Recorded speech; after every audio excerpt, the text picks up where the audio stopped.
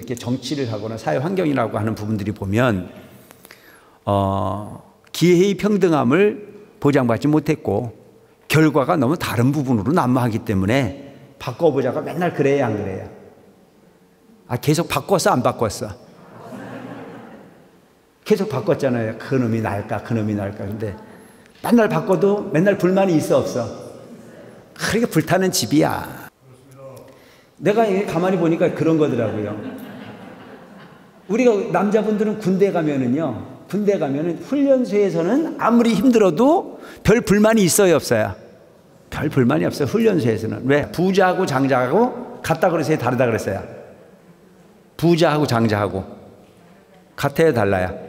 부자는 뭐라 그랬어요? 돈만 많은 게 부자야. 장자는 뭐야? 거룩하신 세존이시여 원하옵건대 사부대중을 위해 그 인연을 설하시어 의욕을 여의게 하옵소서. 그때 부처님께서 사리부르에게 이르셨습니다. 내가 전에 제불께서는 갖가지 인연과 비유의 말씀으로 방편을 만들어 법을 설하심을 안육따라 삼약삼보리를 위함이라고 말하지 않았더냐. 응? 부처님께서 그 방편을 설하시고 비유를 설하시고 하는 부분은 이런 부분을 적은 걸 가르치기 함이 아니고 큰 걸 가르치기 위해서 수없이 예를 들어줬다는 얘기예요. 수없이. 근데 못 알아먹어. 예를 들어도. 그래서 이 이제 비유가 여러 가지 비유가 나오는데 이제 그 이유를 설명하는 거예요. 이 모든 설법이 다 보살을 교화하고자 하는 까닭이니라. 그냥 내가 지금 비유야 방편을 설하는 부분은 그냥 현실적 불교의 어떤 적은 부분을 보여주기 위한 것이 아니고 안육따라 삼약삼보리를 얻게 하기 위해서 여러 가지 단계를 나눠서 설해가지고 마지막 단계에는 보살을 위한 설법이라는 얘기죠. 성문 영각을 과정이 끝나고 난 이후에 보살심을 가졌을 때 그래서 단계를 성숙시켜서 이제 그 본론을 그 말씀을 하신다. 그런 뜻으로 여러분들이 받아들이면 될 것 같아요. 그러나 사리부라 이제 비유로 다시 이 뜻을 밝히리니 지혜 있는 사람들은 이 비유를 듣고 알 수 있으리라. 사리부라 이제 비유를 설명하는 겁니다. 여러분 비유가 뭔지 알죠? 사실을 이야기하는 것이 아니고 예를 들어서 설명하는 소설 같은 거라고 생각하면 돼요. 소설. 근데 소설인데 사실에 근거한 상대방이 그 수준이 성숙하지 않아서 이렇게 보여줘도 잘 이해를 못하니까 그걸 이렇게 예를 들어주는 비유란 말이죠. 어떤 나라 성읍과 마을에 큰 장자. 여기서 장자라고 하는 자체는 뭐 여러분 설명드렸잖아요. 부자하고 장자하고 같다 그랬어요? 다르다 그랬어요? 부자하고 장자하고 같아요? 달라요? 부자는 뭐라 그랬어요? 돈만 많은 게 부자야. 장자는 뭐야?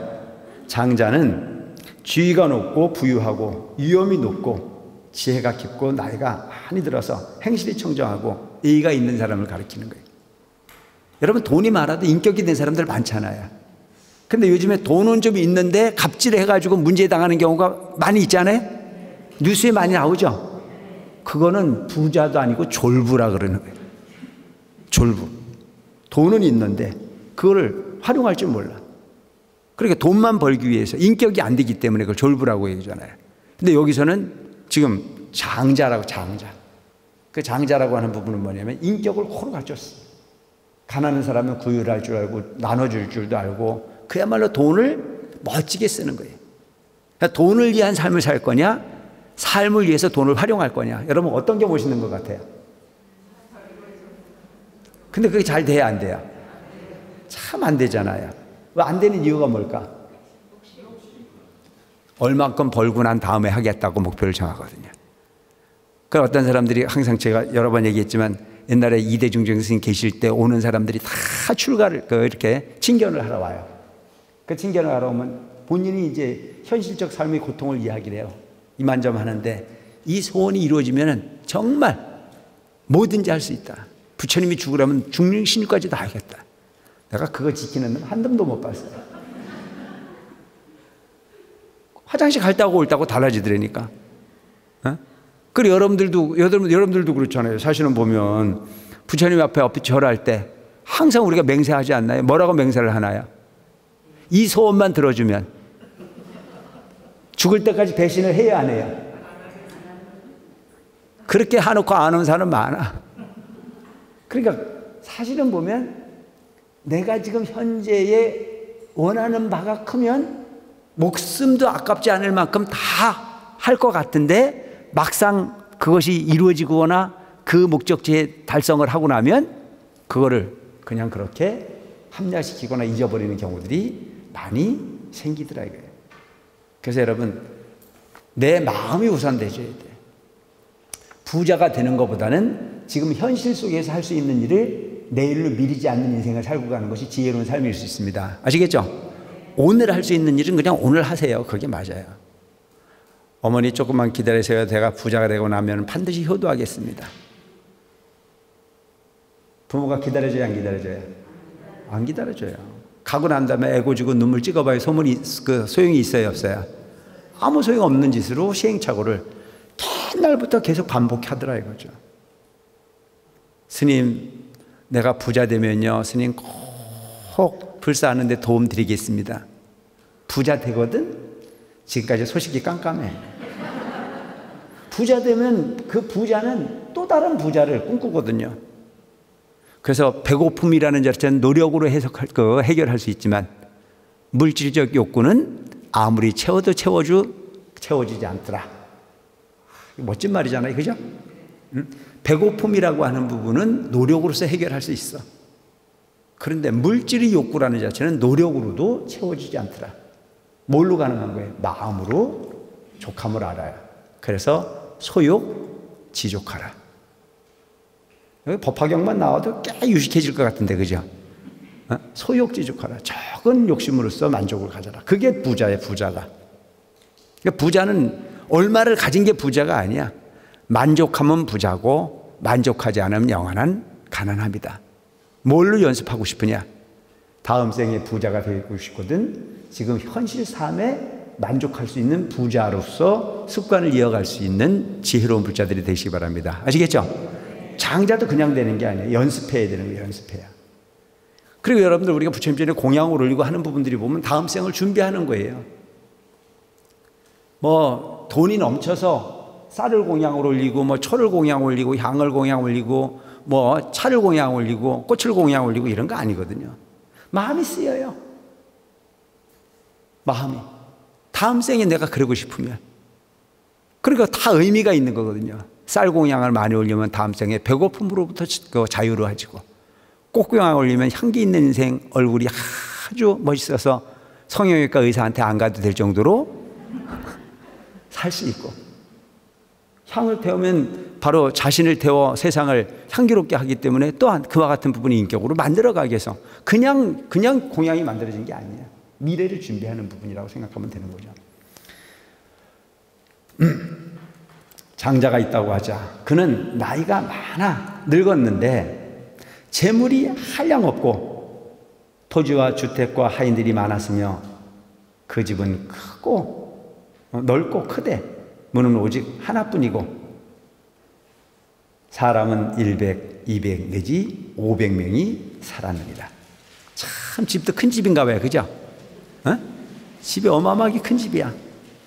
근데 그 집은 토지도 많고 하인도 많고 그런데 문제는 뭐냐면 드나드는 문이 하나밖에 없어. 그리고 어마어마한 부자이긴 한데 집 지은 지가 오래돼 가지고 많이 이제 낡았어. 집과 누각은 낡고, 여기서 집과 누각이라고 얘기했는데 당각이라.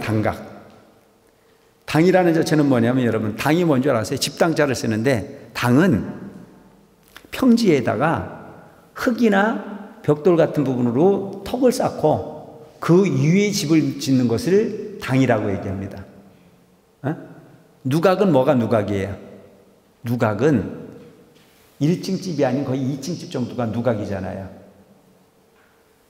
그래서 여러분, 그 사람이 사는 집을 거의 당으로 쓰고 있고 누각 같은 부분은 주로 뭐 이렇게 정자 같은 부분으로 쓰잖아요. 사람이 올라가서 풍경을 즐긴다거나 이런 부분으로 쓰잖아요. 여기서는 각 집과 누각은 낡고 담과 벽은 무너져서 떨어지고 기둥뿌리는 썩고 대들보는 기울어서 위태한데 주위에서 한꺼번에 벼랑강 불이 나서 집을 태우느니라.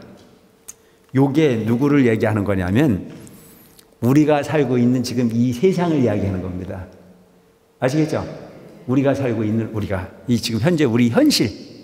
그러니까 여기서 이야기하고 있는 장자는 아버지이지만 부처님을 이야기하는 거고, 여기서 이야기하고 있는 아들들은 우리를 이야기하는 거예요. 견고하지 않는 부분이 삶의 현실을 잊어버리고 그것이 다라고 하는 부분이 착각 속에 매여서 가리뜨고 실이 뛴다 이거예요. 그래서 우리가 사는 집을 뭐라고 그래요? 화택이라고 그래요. 화택. 응? 불이 나서 집을 태움. 순식간에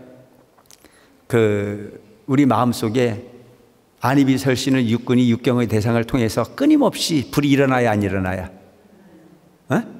한도 고요한 게 없잖아요.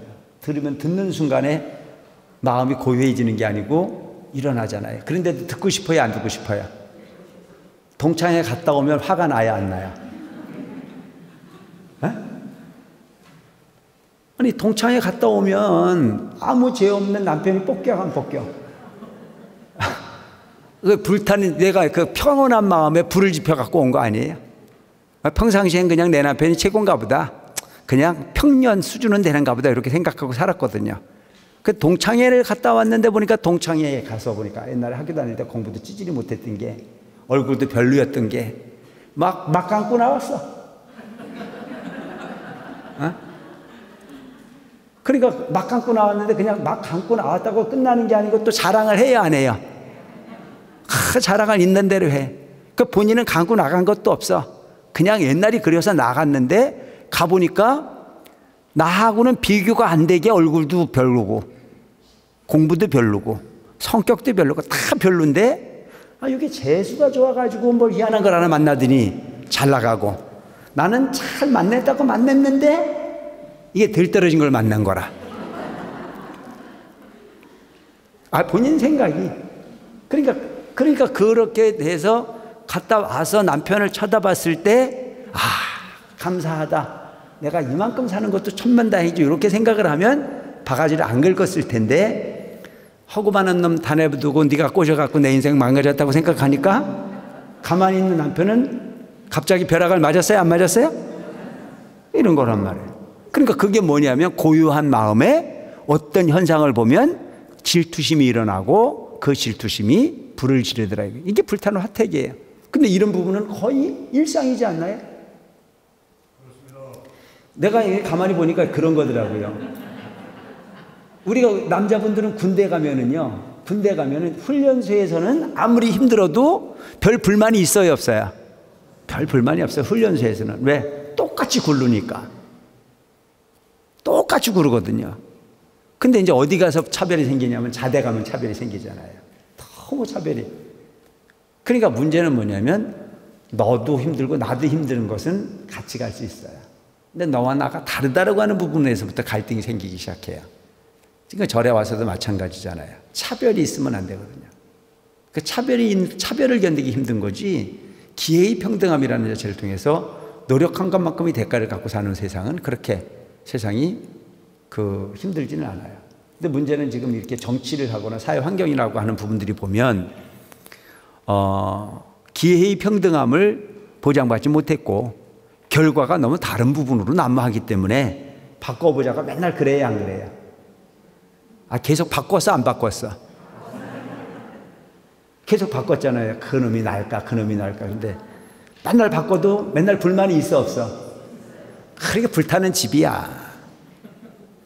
우리가 이 불을 끌려면 우리가 이 욕심의 불을 꺼야 되고, 세상이 부처님 믿는 마음으로 바뀌지 않으면 이게 고유해지기가 어려울 것 같아. 내 생각은 그래. 근데 부처님도 듬성듬성 이돼 갖고는 안 돼. 진짜 업을 믿고 진짜 어떤 그런 정상적 부분이 사고를 할 수 있는 부분이 환경이 바뀌면 이 세상이 정토가 되겠죠. 그렇기 전에는 이게 불타는 집이라는 게 맞을 것 같다는 생각이 들어요. 때에 장자의 아들들이 10 또는 20 혹은 30이 이 집에 살았느니라. 큰 집에 살았느니라.